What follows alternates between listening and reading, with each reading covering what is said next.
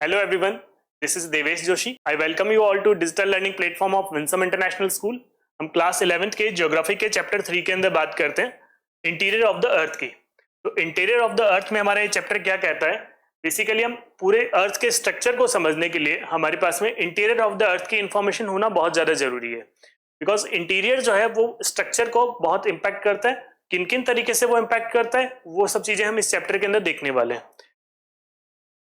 आज के हमारे चैप्टर के अंदर क्या क्या कंटेंट हम देखने वाले हैं।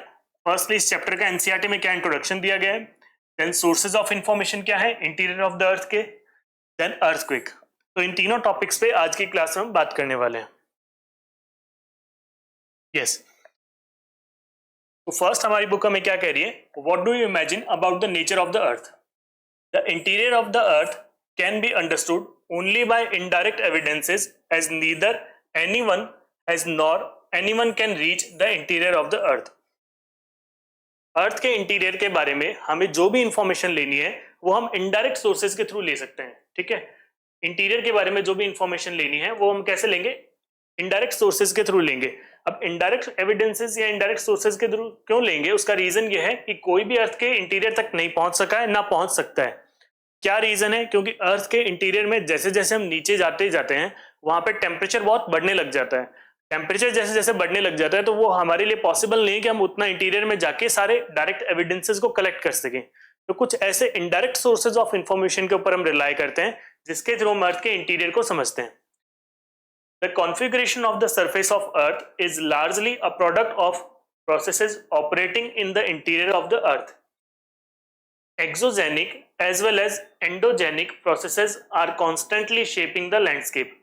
देखिए, कुछ एक्सोजेनिक रीजन्स हैं और कुछ एंडोजेनिक रीजन्स हैं जो हमारी अर्थ के आउटर को या स्ट्रक्चर को शेप कर रहे हैं। एक्सोजेनिक एंड एंडोजेनिक क्या क्या होते हैं, क्या क्या वो रीजन्स हैं, उनके बारे में अभी हम आगे बात करेंगे। तो देखिए, इंटीरियर ऑफ द अर्थ को अगर हम समझना चाहें तो अर्थ का जो सरफेस है, ये वाला क्या है, surface, surface of the earth. Surface of the अर्थ से अगर हम नीचे की तरफ जाते जाएं तो वहां पे अलग अलग लेयर्स आ रही हैं। उन सारी अलग अलग लेयर्स की अलग अलग क्वालिटीज हैं। जैसे जैसे हम अर्थ के सरफेस से कुछ किलोमीटर अंदर जा रहे हैं, 100 किलोमीटर, 200, 400 और इस तरीके से 6370 किलोमीटर तक जा रहे हैं, तो अलग अलग लेयर्स आ रही हैं और उन हर एक लेयर की अलग अलग अपनी क्वालिटी है और इन सब की वजह से हमें सरफेस के ऊपर कुछ चेंजेस देखने को मिलते हैं। Yes, source of information about the interior of the अर्थ। देखो, सोर्सेज ऑफ इंफॉर्मेशन के लिए जब भी हम बात करते हैं तो हमारे पास में कुछ सोर्सेज आते हैं डायरेक्ट सोर्सेज, कुछ आते हैं इनडायरेक्ट सोर्सेज। अब डायरेक्ट सोर्सेज हमारे पास में लिमिटेड इसलिए है बिकॉज हम अर्थ के इंटीरियर में खुद उतर के जा नहीं सकते और वहां से इंफॉर्मेशन कलेक्ट नहीं कर सकते। तो जो हमारे पास में अपने आप से direct source of information available है उनको हम एक ले सकते हैं और इनडायरेक्ट जो हमने डिराइव किया इंफॉर्मेशन उसको हम ले सकते हैं। तो डायरेक्ट सोर्सेज के अंदर फर्स्ट हमारे पास में क्या क्या आता है, डीप ओशन ड्रिलिंग प्रोजेक्ट्स आते हैं, इंटीग्रेटेड ओशन ड्रिलिंग प्रोजेक्ट है, वोल्केनिक इरप्शन है। तो ये तीन हमारे पास में क्या है, डायरेक्ट सोर्स ऑफ इंफॉर्मेशन है। इनको हम डिटेल में बात करेंगे इस चैप्टर में। फिर आता है indirect source of information. Indirect के अंदर क्या आता है, अर्थ के जैसे जैसे हम डेप्थ में जाते हैं, ठीक है, अंदर उतरते जाते हैं, वहां पे टेम्परेचर राइज होने लगता है, वहां पे प्रेशर राइज होने लगता है, वहां पे डेंसिटी चेंज होने लग जाती है। हम मिटियोर से कुछ इंफॉर्मेशन निकाल सकते हैं, हम ग्रेविटी एनोमली को एक रीजन समझ सकते हैं, मैग्नेटिक सर्वे से हम समझ सकते हैं, सिस्मिक एक्टिविटी से हम समझ सकते हैं। तो ये सारे क्या क्या रीजन है इस पूरे चैप्टर के अंदर हम डिस्कस करने वाले हैं। तो ये चार्ट हमारे बहुत काम आने वाला है। ठीक है, अर्थ रेडियस इज 6370 किलोमीटर। ये काफी इंपॉर्टेंट फैक्ट है, हमें ध्यान रखना है अर्थ की रेडियस कितना है। ठीक है, no one can reach the centre of the earth and make observations और collect samples of the material. हमने यही बात करी कि अर्थ के इंटीरियर में हम जाके सारे सैंपल्स वहां से निकाल नहीं सकते, इसीलिए हमारे पास में डायरेक्ट सोर्स ऑफ इंफॉर्मेशन बहुत लिमिटेड है। Then most of the knowledge about the interior of the earth is largely based on the estimates and inferences. A part of information is obtained through direct observations and analysis of the materials. अब होता क्या है हमारे पास में, जैसे मान लीजिए एक वोल्केनो इरप्ट हुआ, अब वोल्केनो फटने से वहां से उसके अंदर से लावा निकलेगा, डिब्रीज निकलेगी, उस डिब्रीज को हमने कलेक्ट कर लिया, उस लावा के हमने सैंपल्स ले लिए, उस सैंपल को ले जाके लैब के अंदर टेस्ट कर लिया, वहां से हमने कुछ इंफॉर्मेशन डिराइव कर ली। ठीक है, तो हम क्या कर सकते हैं कि डायरेक्ट ऑब्जर्वेशन ले सकते हैं, कुछ एनालिसिस कर सकते हैं मटेरियल्स का और उनके थ्रू हम इंफॉर्मेशन निकाल सकते हैं। कोई मिटियोर है, मिटियोर आके गिरा, उससे हमने कोई इंफॉर्मेशन ले ली, ठीक है, उसका हमने एनालिसिस करके कि हाँ इसमें ये चीजें हैं, इसमें कौन कौन से मटेरियल्स अवेलेबल हैं, इसकी कितनी क्या एज हो सकती है, there are two types of sources, पहला है डायरेक्ट सोर्सेज, सेकंड है इनडायरेक्ट सोर्सेज। अब इनडायरेक्ट सोर्सेज और इनडायरेक्ट सोर्सेज को अगर हम इन डिटेल देखें कि इसके अंदर कौन कौन सी चीजें आती है, तो वो हमारे पास में ये लिस्ट है पूरी। फर्स्ट हम बात कर रहे हैं डायरेक्ट सोर्सेज ऑफ इंफॉर्मेशन की। The most easily available solid earth material is surface rock और the rocks we get from mining areas. तो देखिए हमारे पास में डायरेक्ट सोर्स ऑफ इंफॉर्मेशन के अंदर पहली चीज क्या हो गई, सॉलिड अर्थ मटेरियल के फॉर्म में सरफेस रॉक जो है वो हमारे पास में एक सबसे अच्छा डायरेक्ट सोर्स ऑफ इंफॉर्मेशन है। जब भी हम माइनिंग करते हैं, माइनिंग के अंदर अर्थ के इंटीरियर से कुछ ऐसा हमें रॉक मिलता है, उस रॉक का हम एनालिसिस करके अर्थ के इंटीरियर के बारे में जान सकते हैं। माइनिंग करोगे तो आप क्या करोगे, जैसे ये सरफेस है तो आपने यहाँ पे माइनिंग किया तो यहाँ पे आप इतना नीचे तक आ गए, जब आप इतना नीचे तक पहुंच जाओगे, ठीक है, आप ड्रिलिंग करते रहे कुछ आप नीचे तक पहुंच गए, यहाँ से आपने कोई एक रॉक निकाला, उस रॉक को ले जाकर के आपने क्या किया, उसका एनालिसिस कर लिया। उसका एनालिसिस से आपको पता लगेगा कि इसमें क्या क्या चीजें अवेलेबल है और अर्थ के इंटीरियर में ये मटेरियल्स मिलते हैं, ठीक है, तो वो हमें एक बहुत अच्छा सोर्स ऑफ इंफॉर्मेशन बनता है। Example, gold mines in South Africa, gold mines in South Africa are as deep as 3-4 kilometre. अब देखो कितना डेप्थ तक इंसान चला गया गोल्ड की तलाश में, ठीक है, तो साउथ अफ्रीका की गोल्ड माइंस 3 से 4 किलोमीटर की डेप्थ रखती हैं और वहां से भी हमें इंफॉर्मेशन हमें मिलती है। कैसे मिलती है, वहां से हमने कुछ रॉक्स के सैंपल लिए, उन रॉक्स के सैंपल से हमें पता लगा अर्थ के इंटीरियर में क्या है, 3-4 किलोमीटर डेप्थ में क्या क्या चीजें हैं, है ना। Going beyond this depth is not possible as it is very hot at this depth. तो देखो एक चीज और हमें पता लग रही है कि अर्थ के इंटीरियर में जैसे जैसे आप उतरोगे वहां पे टेम्परेचर राइज होने लगता है। जब टेम्परेचर राइज हो रहा है इसका मतलब जितनी ज्यादा डेप्थ बढ़ेगी टेम्परेचर भी उतना ज्यादा यहाँ पे बढ़ता जाएगा, ठीक है। Scientist have taken up a number of projects to penetrate deeper depth to explore the conditions in the crustal portions, example deep ocean drilling project and integrated ocean drilling project. देखिए हमारे पास में 2 प्रोजेक्ट्स के नाम आए हैं, कौन कौन से, के अंदर ये चीज बताई हुई है।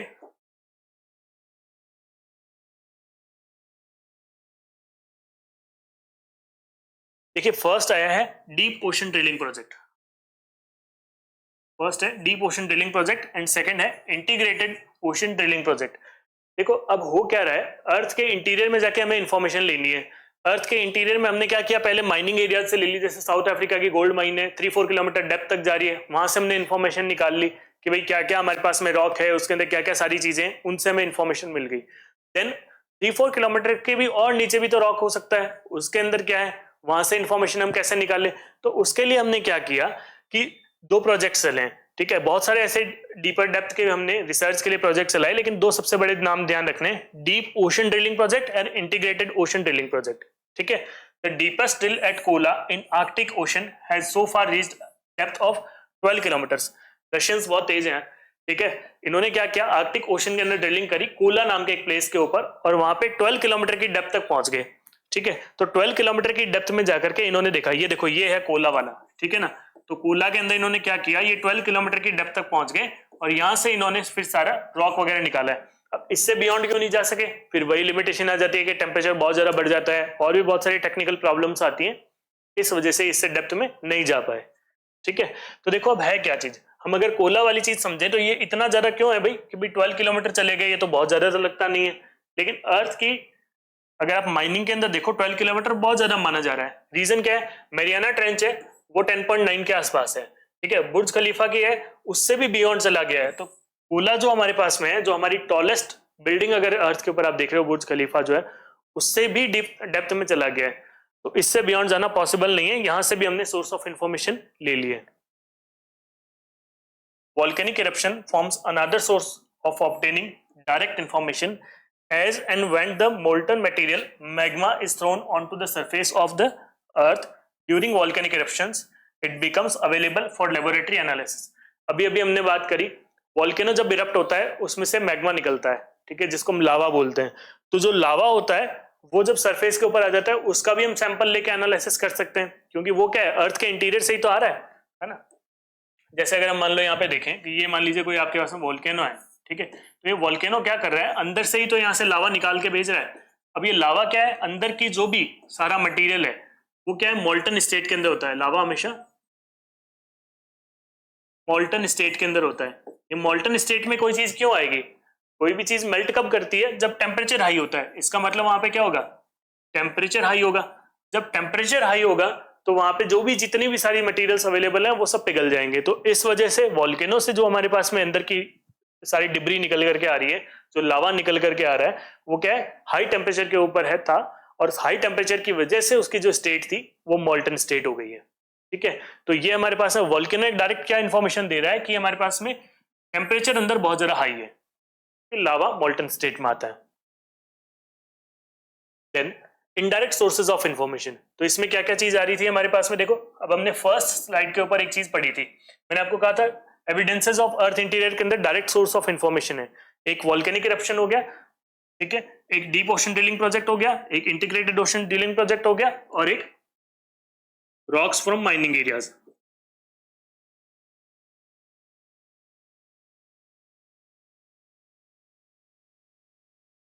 ठीक है, तो ये चार हमारे पास में एग्जांपल्स हैं डायरेक्ट सोर्स ऑफ इंफॉर्मेशन की, वॉल्केनिक इरप्शन, लावा, ठीक है, rocks from mining areas, integrated ocean drilling project and deep ocean drilling projects.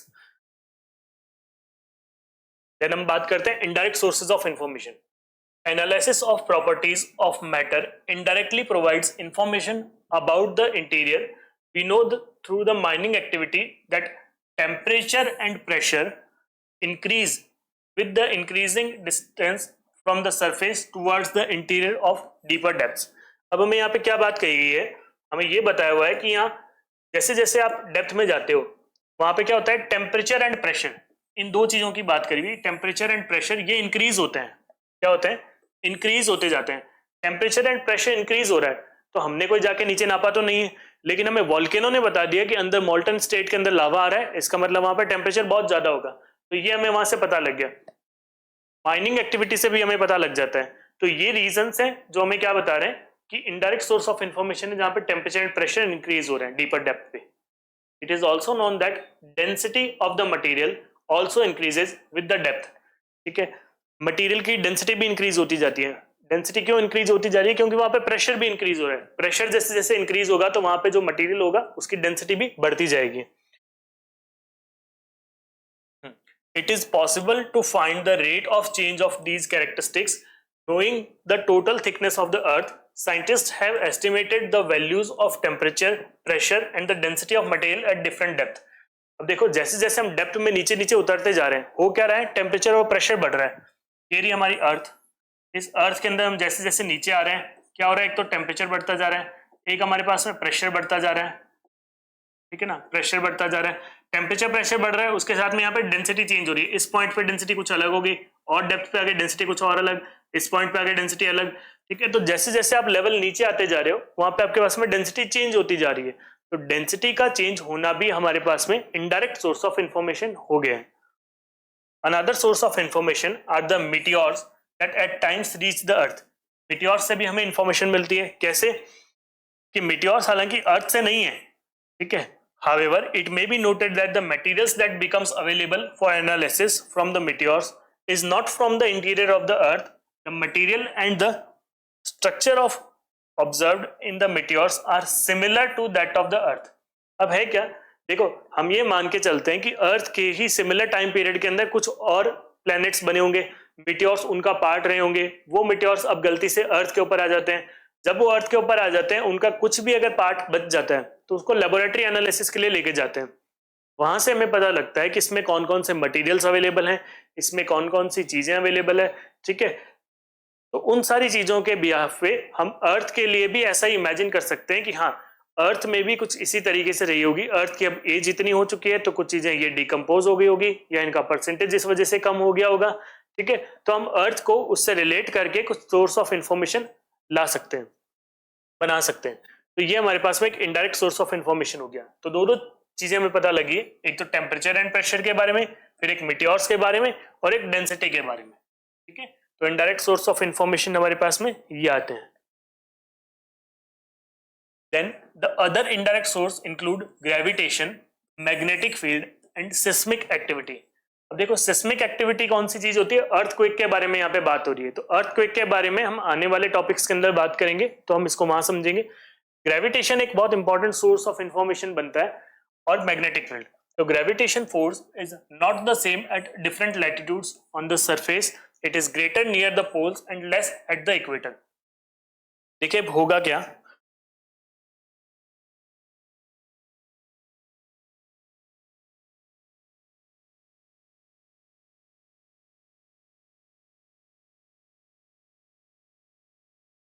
ये हमारी अर्थ है, ठीक है।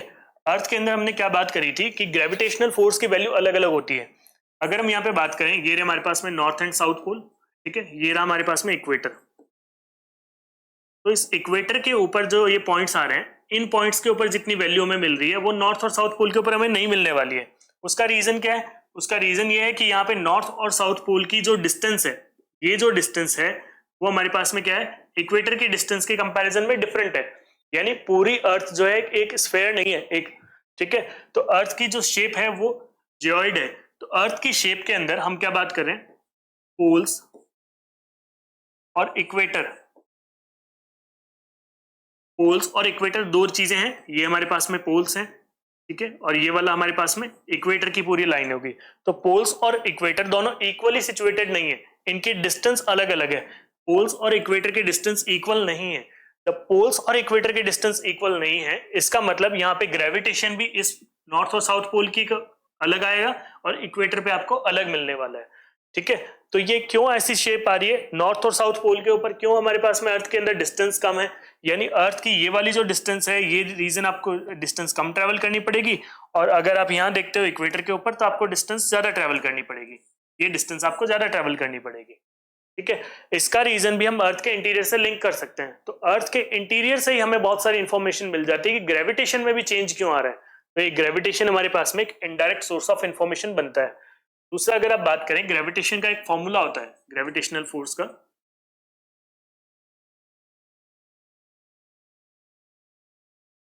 ये एक फॉर्मूला होता है ग्रेविटेशनल फोर्स का, G m1m2/r²। हमारे काम का नहीं है, जितना काम का है उसको अगर हम इंफॉर्मेशन निकालें, r क्या होती है, डिस्टेंस होती है, और fg क्या लिखा है, फोर्स ऑफ ग्रेविटेशन। तो ये दोनों एक दूसरे के इनवर्सली प्रोपोर्शनल है।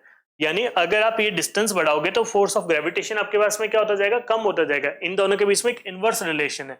इसी से हमें पता लगता है कि यहाँ पे जो वैल्यू आने वाली है पोल्स के ऊपर, वो इक्वेटर के सेम नहीं आएगी, क्योंकि यहाँ पे डिस्टेंस अलग अलग है। जब डिस्टेंस अलग अलग है तो फोर्स ऑफ ग्रेविटेशन भी आपको अलग अलग देखने को मिलेगा, ठीक है। Magnetic surveys also provide information about the distribution of magnetic materials in the crustal portion and thus provide information about the distribution of materials in this part। तो ये हमें क्या कह रहा है कि जो मैग्नेटिक मटेरियल्स हैं, मैग्नेटिक सर्वे से हमें क्या पता लगता है कि अर्थ के क्रस्टल पोर्शन के अंदर जो मैग्नेटिक मटेरियल्स हैं उनकी भी वैल्यू अलग अलग है, ठीक है। अर्थ के आप एक सर्टेन रीजन के अंदर जाके देखोगे, वहां पे आपको मैग्नेटिक सर्वे के अंदर कुछ अलग वैल्यूज आएंगी और दूसरे रीजन के अंदर आपके पास में वैल्यूज अलग अलग आएंगी। उसका मतलब क्या, अर्थ का इंटीरियर है जो सब जगह एक जैसा नहीं है, ठीक है। अलग अलग डेप्थ के ऊपर भी आपको अलग देखने को मिलेगा। जैसे आप ओशन वाले रॉक के अंदर देखोगे या आप कॉन्टिनेंट वाले रॉक के अंदर देखोगे, तो वहां पे आपको अलग अलग वैल्यूज देखने को मिलती हैं। तो मैग्नेटिक सर्वे से भी हमारे पास में कुछ इंफॉर्मेशन आती है। Then seismic activity is one of the most important sources of information about the interior of the earth. तो सिस्मिक एक्टिविटी यानी अर्थक्वेक से रिलेटेड जो भी हमारे पास में वेव्स जनरेट हो रही हैं, वो क्यों हो रही है, कैसे हो रही है, उन सब के बारे में हम नेक्स्ट टॉपिक में बात करने वाले हैं। तो अभी तक जो हमने देखा वो हमने बात करी थी direct source of information and then indirect source of information. Direct source में कौन सा था, deep ocean drilling project, integrated ocean drilling project, volcano eruption and rocks from mining areas. फिर हम बात कर रहे थे इनडायरेक्ट सोर्स ऑफ इंफॉर्मेशन पे, जहां हमने टेम्परेचर को पढ़ लिया, प्रेशर को पढ़ लिया, डेंसिटी को पढ़ लिया। देन हमने मिट्योर्स के बारे में बात करी कि मिट्योर्स का जो हमारे पास सैंपल होता है उससे हम अर्थ की रॉक्स का कंपैरिजन कर सकते हैं, उससे हम इंफॉर्मेशन ले सकते हैं। देन ग्रेविटी एनोमली, ये भी हमारे पास में आएगा कि ग्रेविटी की वैल्यू के अंदर जो चेंज आ रहा है, ठीक है, सॉरी, ग्रेविटी की वैल्यू में जो चेंज आ रहा है उससे हमारे पास में जो इंफॉर्मेशन आ रही है वो इनडायरेक्ट सोर्स है। फिर मैग्नेटिक सर्वे से जो इंफॉर्मेशन आ रही है वो हमारे पास में एक अनदर इनडायरेक्ट सोर्स है। एंड सिस्मिक एक्टिविटी भी एक इनडायरेक्ट सोर्स ऑफ इंफॉर्मेशन बनता है।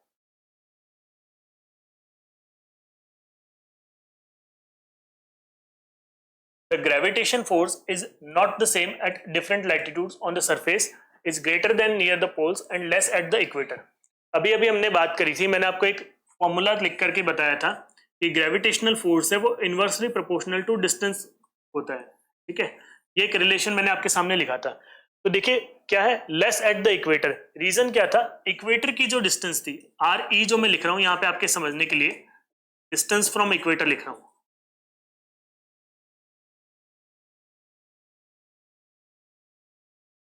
ठीक है, डिस्टेंस फ्रॉम इक्वेटर। चलिए इसको हम थोड़ा सा समझते हैं।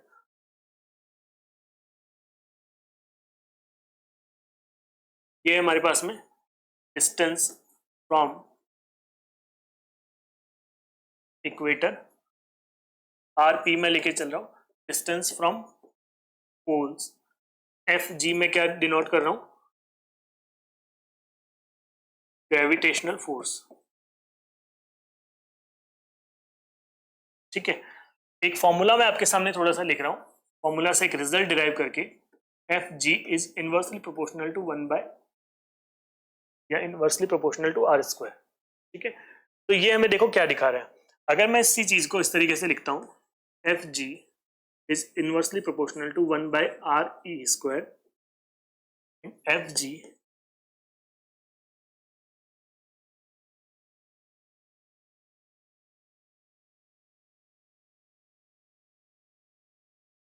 F G is inversely proportional to R P square. तो देखिए हमें ये पता है इक्वेटर की डिस्टेंस पोल की डिस्टेंस के कंपैरिजन में ज्यादा है, इक्वेटर की डिस्टेंस पोल के कंपैरिजन में ज्यादा है। जब इक्वेटर की डिस्टेंस ज्यादा है यानी यहाँ पे वैल्यू क्या आ रही है, बड़ी आ रही है। जब आप बड़ी वैल्यू को किसी के अंदर डिवाइड करोगे तो आपके पास में ग्रेविटेशनल वैल्यू क्या आनी है, कम आनी है। यहाँ पे आपके पास में पोल्स की वैल्यू क्या है, कुछ कम है। जब ये वैल्यू स्मॉल होगी तो आपके पास में ग्रेविटेशनल फोर्स क्या आना है, ज्यादा आना है। यानी ग्रेविटेशनल फोर्स जो आप बात करे थे पोल्स के ऊपर, वो आपके पास में ज्यादा आना है और इक्वेटर के ऊपर वो कम आना है। यही चीज हमने यहाँ पे देखी थी, it is greater near the poles and less at the equator. तो ग्रेविटेशनल फोर्स हमारे पास में सेम नहीं है, पोल्स के ऊपर वो क्या है, ज्यादा है और इक्वेटर पे वो कम है। जब पोल्स के ऊपर ज्यादा और इक्वेटर के ऊपर कम है, इसका मतलब अर्थ की शेप जो है ना वो हमारे पास में कुछ ऐसी नहीं है, अर्थ की शेप हमारे पास में कुछ ऐसी है, ठीक है। तो अर्थ की शेप जब हमारे पास में जियोइड हो जाती है, उसका मतलब ये है कि अर्थ का इंटीरियर कुछ ऐसा है जो इसको पूरा परफेक्ट ऐसा शेप ना देकर के जियोइड शेप के अंदर लेकर के आ रहा है, वो इंटीरियर उसका एक रीजन बनता है। It is because of the distance from the centre of the equator being greater than that of at poles. तो यहाँ पे क्या बात की जा रही है,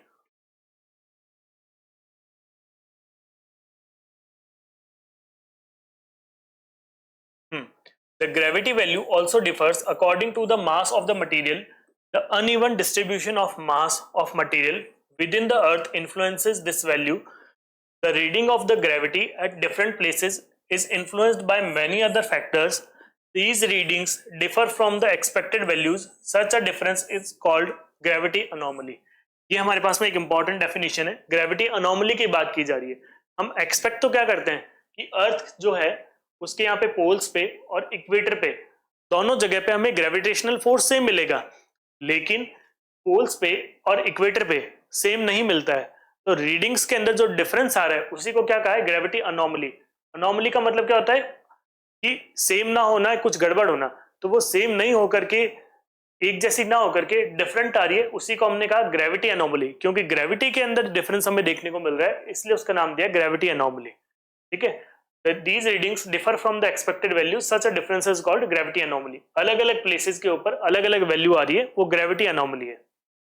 Gravity anomalies gives us information about the distribution of the mass material in the crust of the earth. Magnetic surveys also provide information about the distribution of the magnetic material in the crustal and thus provide information about the distribution of material in this part. देखिए अब क्या हो रहा है, gravity अगर हमारे पास में ग्रेविटी अनोमली अगर हमारे पास में मिल रही है, इसका मतलब अलग अलग वैल्यूज हमारे पास में आ रही हैं। ग्रेविटी की पोल्स पे वैल्यू अलग, इक्वेटर के ऊपर वैल्यू अलग। इससे क्या इंफॉर्मेशन निकलती है कि अर्थ का जो डिस्ट्रीब्यूशन ऑफ मास है वो सेम नहीं है, ठीक है। मास का डिस्ट्रीब्यूशन अलग अलग है, यानी मास का डिस्ट्रीब्यूशन अलग होने की वजह से भी हमारे पास में ग्रेविटी अनोमली बनती है। और सेकेंड रीजन हमारे पास में क्या होता है, मैग्नेटिक सर्वे हमें ये इंफॉर्मेशन देते हैं कि मैग्नेटिक मटेरियल है वो भी सेम डिस्ट्रीब्यूटेड नहीं है, यानी हर एक प्लेस के ऊपर मैग्नेटिक मटेरियल की अवेलेबिलिटी भी एक जितनी नहीं है, उसके अंदर भी डिफरेंशिएशन आपको देखने को मिलता है। ये सब चीजें हमें क्या दिखाती है, अर्थ का इंटीरियर सेम नहीं है। अलग अलग जगह पे कहीं पे मैग्नेटिक मटेरियल ज्यादा है, कहीं पे कम है, इसका मतलब अर्थ का इंटीरियर अंदर से कुछ अलग है। ठीक है, पोल्स के ऊपर और इक्वेटर के ऊपर आपको ग्रेविटी एनोमली देखने को मिल रही है, उसका मतलब वहां पे अर्थ का इंटीरियर है, उसके मास में कुछ डिफरेंस आ रहा है। ठीक है, तो ये सब रीजन हमारे पास में इनडायरेक्ट सोर्स ऑफ इंफॉर्मेशन बनते हैं। Seismic activity is one of the most important sources of information about the interior of the earth. Interior of the अर्थ के बारे में सिस्मिक एक्टिविटी से बहुत पता लगता है। अर्थक्वेक आया, अर्थक्वेक आने के बाद में हमारे पास में कि भाई अर्थक्वेक आया तो क्यों आया, इस पर्टिकुलर रीजन में ज्यादा क्यों आता है, हिमालयाज में ज्यादा क्यों आता है, साउथ के रीजन में ज्यादा क्यों नहीं आता। भाई कर्नाटका तमिलनाडु में तो हमने बहुत नहीं सुना कि वहां पे अर्थक्वेक बहुत फ्रीक्वेंटली आता है। ठीक है, या नॉर्थ ईस्ट के अंदर आ जाते हैं, तो उन रीजन्स में अर्थक्वेक आने का रीजन क्या है, वो है सिस्मिक एक्टिविटी वहां पे इतनी ज्यादा क्यों है। वो सिस्मिक एक्टिविटी ज्यादा होने का रीजन क्या है, इंटीरियर ऑफ द अर्थ कुछ है उसका कारण है। अब वो इंटीरियर ऑफ द अर्थ वहां पे डिफरेंट होगा तभी वहां पे सिस्मिक एक्टिविटी ज्यादा है। अब इंटीरियर ऑफ द अर्थ वहां पे डिफरेंट क्यों है, वहां पे क्या एक्टिविटी हो रही है, वो सब हमें इससे इंफॉर्मेशन मिलती है। यस, देखिए अगर हम यहाँ पे बात करें, जो अभी हम बात कर रहे थे नॉर्थ पोल और साउथ पोल, ये दोनों पोल्स हैं हमारे पास में, इनकी डिस्टेंस सेंटर से कितनी है। ठीक है, और जो हमारे पास में इक्वेटर है और इक्वेटर की डिस्टेंस हमारे पास में कितनी है, दोनों डिस्टेंसेस को अगर आप देखें, यहाँ पे माइल्स के अंदर दी हुई है 7900 और यहाँ पे 7926, तो ये दोनों जो डिस्टेंसेस हैं वो हमारे पास में डिफरेंट आ रही हैं, यानी पोल की डिस्टेंस कुछ कम है, इक्वेटर की डिस्टेंस कुछ ज्यादा है। इस वजह से यहाँ पे ग्रेविटेशनल फोर्स के अंदर डिफरेंस आया था, और ग्रेविटेशनल फोर्स में डिफरेंस आने का हमने मतलब ये समझा कि अर्थ का इंटीरियर अलग अलग होगा, यानी यहाँ पे मास का डिस्ट्रीब्यूशन भी कुछ अलग अलग रहा होगा। तो दो हमने इसके मीनिंग निकाले। ठीक है, तो इससे हमें ये पता लग जाता है कि मास डिस्ट्रीब्यूशन एक जैसा नहीं है। सेकंड, यहाँ पे ग्रेविटेशनल वैल्यूज जो हैं वो चेंज हो रही है, इसका मतलब इंटीरियर में कुछ अलग अलग चीजें आती है। देन अर्थक्वेक, देखिए अभी तक जो हमने बात करी थी अर्थ के इंटीरियर से रिलेटेड, उसको मैं पूरे को समराइज कर देता हूँ। उस पूरे को समराइज करके हम एक बार देखते हैं कि क्या हमें इंफॉर्मेशन पूरी मिलती है यहाँ से। यस,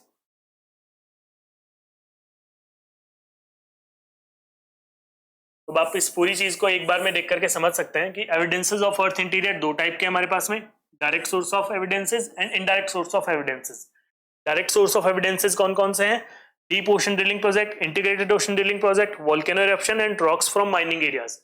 इनडायरेक्ट में कौन कौन से हैं, temperature, pressure, density, study of meteors, gravity anomaly, magnetic survey and seismic activity. ठीक है, आई होप कि अब आपको बहुत अच्छे से कैटेगराइज हो गया होगा, आपके माइंड में एक अच्छी पिक्चर बन गई होगी कि किस तरीके से इनडायरेक्ट सोर्स ऑफ इन्फॉर्मेशन काम करते हैं और किस तरीके से डायरेक्ट सोर्स ऑफ इन्फॉर्मेशन काम करते हैं। आज के लिए हम इतना ही करते हैं। Thank you for learning with the Winsome digital learning platform.